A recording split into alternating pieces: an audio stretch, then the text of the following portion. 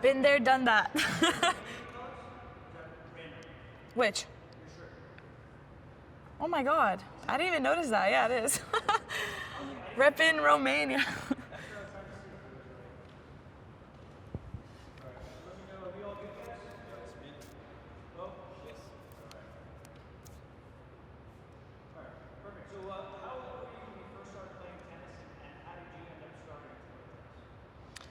I started playing tennis at the age of 7 in Romania, actually. My parents had work there. We were going back and forth for maybe 2 years from Canada to Romania, and I started then. And before that, I was a pretty active kid. I did gymnastics, I skated, I ran track actually, and then one day my parents just threw me into tennis, and I loved it ever since.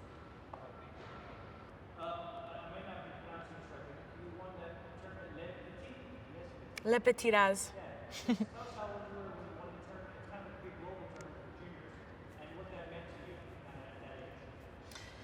Yeah, I won Le Petit Raz at the age of 13, I think it was. It was one of my biggest accomplishments at that age. The tournament was amazing. It was like you were playing any WTA tournament because there were a lot of people watching. You'd be signing autographs after matches, and you'd be giving a lot of interviews as well. So it really gave me confidence to keep pushing to actually get to the WTA level because it gave me a taste of how it is.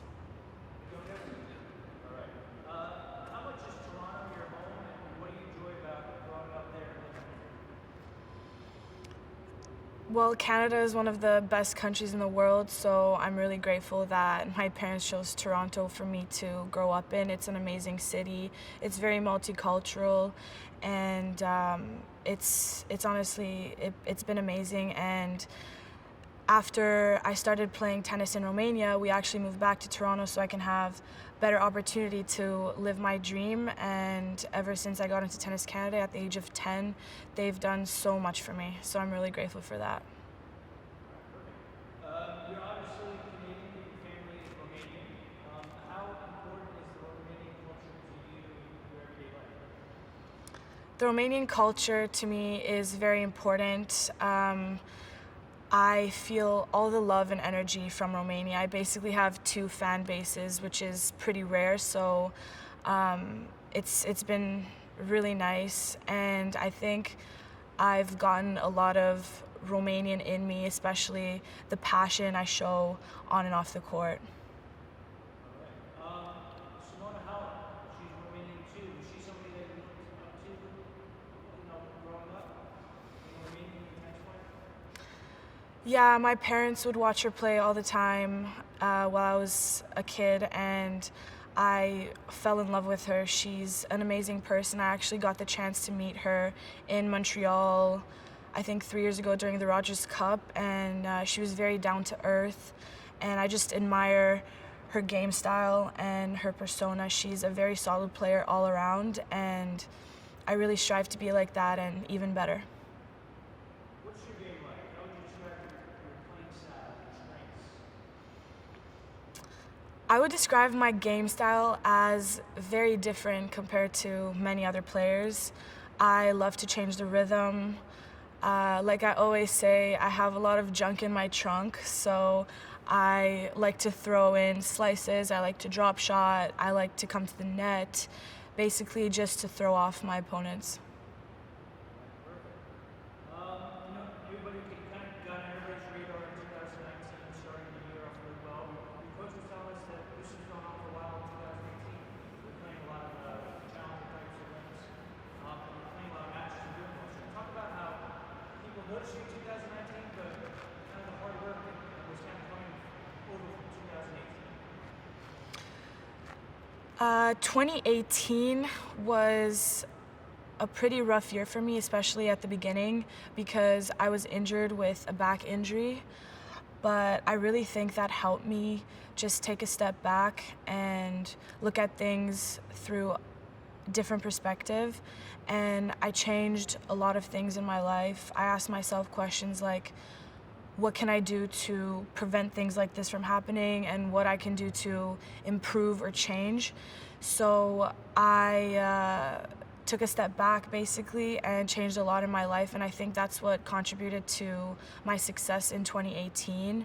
And after that, it gave me a lot of confidence coming into 2019. I had a really good preseason and off-season, and then I came into Auckland going through qualies and then ending up getting to the finals, which was one of my biggest accomplishments so far. But I think all the success from 2018 really contributed to what has been happening in 2019. My coach's name is Sylvain Bruneau, and I've been working with him since January of 2018, and ever since then I've really enjoyed working with him. He's an amazing person on and off the court, and we get along with each other very well. We both have the same vision for my career, which definitely helps. He's the type of coach that's very laid back, and I think I need that because I can get very hyper sometimes. So sometimes he just helps me to just take a step back and view things from his perspective, which really helps me. Obviously, Indian Wels was a big moment for you this year. How much did your life change after winning Indian Wels? How different was your life? I still can't believe that happened. Indian Wels definitely changed my life for the better, for sure. I've been getting way more attention than usual. People actually know who I am right now, and everyone on the WTA tour obviously wants to play me. I'm a newcomer, so I just have to be ready for that. And I think I've been dealing with it very well because I have amazing friends and family that help me stay grounded. And after that, I had a fall in Miami with my shoulder, but I'm slowly starting to get back now, and I'm really looking forward to the Rogers Cup. I remember in that final against Kerber in Indian Wels, there was a pep talk from your coach. I think it was you got 3-2 in the third down a break. Tell us about that pep talk and tell us where you're going from on court physically, the pep talk, and what happened after. Now I have to remember everything. I haven't thought about it in a while. You were like, I guess physically. Yeah, I was dead. Just kind of describe the pain you're feeling. Yeah. What your coach was telling you, maybe did he motivate you? Did he that kind of just give you a second life?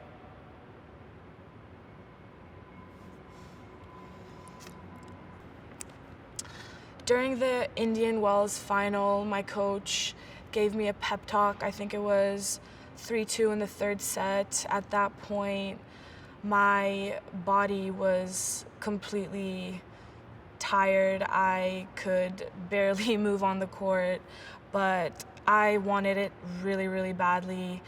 And so after he came on court, he gave me that extra push to keep fighting. I mean, it's the finals of Indian Wels, and it really helped me. I think I basically just got out of my body and my mind took over. I've been working a lot on my mental strength, and I think that's what helped me in the end. After Indian Wels is Miami, you physically beat, you're tired. Talk about how tough was it to get to Miami to keep playing matches? Did you have your mind maybe stopping, taking time off? Kind of talk about that decision making after Indian Wels to go to Miami and keep beating yourself. I wanted to play Miami after Indian Wels because I was on a roll and my body wasn't really at its best at that point, so maybe it was better if I didn't play, but I don't regret anything because I did really well in that tournament and I've learned a lot. But maybe I could have just taken a break because I pushed my shoulder way too much. And so after that, I took maybe a good 2 months off, and then I went back to play the French Open, but obviously it was way too soon. It's honestly the worst feeling to just sit on the sidelines when you see everyone competing and winning, because that's why I play the sport, is to compete. But I think maybe it would have been best to just take it easy after Indian Wels. But you live and learn. Talk about your shoulder injury. When did it first start? Just feeling a little bit of pain, and how careful are you now? How is it really keeping an eye on it every training session now, and really trying to make sure you're coming back healthy? My shoulder started hurting during Indian Wels, but no one thought it was a really big deal. Everyone thought that it was just overworked because I've never played that many matches in a short amount of time. I think I maybe played 30 matches in 3 months, and that's never happened before. So obviously my shoulder wasn't keeping up with everything else. But after Miami, I really had to be careful with everything. Like I said, I asked myself questions like, what can I do to improve? What things I can change to get better and to prevent this from happening?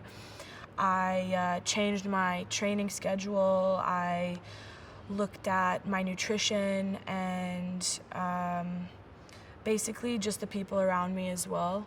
And I try not to look at it as a setback. I just try to look at something I can look through different perspectives and better myself. So I think that's what I did. But I came back too soon before the French Open. My shoulder started hurting maybe 3 days before that because we started pushing it way too fast. And then after the French Open, I basically had to do the same thing. We went through different people to try to see what was happening. But now I've been hitting for 2 weeks and I've been feeling really, really strong. And the one thing I learned the most is that I have to stay patient through all of this. It's not easy, but it's definitely worth it in the end, because now I think I'll be ready for Rogers Cup, which is one of my favorite tournaments. Speaking of Rogers Cup, talk about your plan to return to competitive tennis, and how excited are you to play your biggest national tournament in your hometown? Rogers Cup is definitely one of my favorite tournaments. I grew up playing on those courts. It's basically my second home. And just being in front of my home crowd will mean so much because I know they'll have my back. So, last year you finished here, I think, at 178 world. This year you broke your back in the top 20.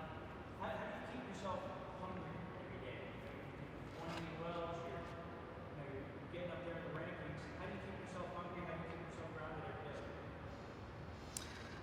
Well, it's hard not to be hungry because of all the success that's been happening. It's been my dream to accomplish what I've accomplished, and I'm the type of person that's never satisfied. So I'm just gonna keep pushing myself and wanting more. And the way I stay grounded would have to be with the people I surround myself with. I have amazing friends and family that really help me stay on my toes, and they keep pushing me to want to do more.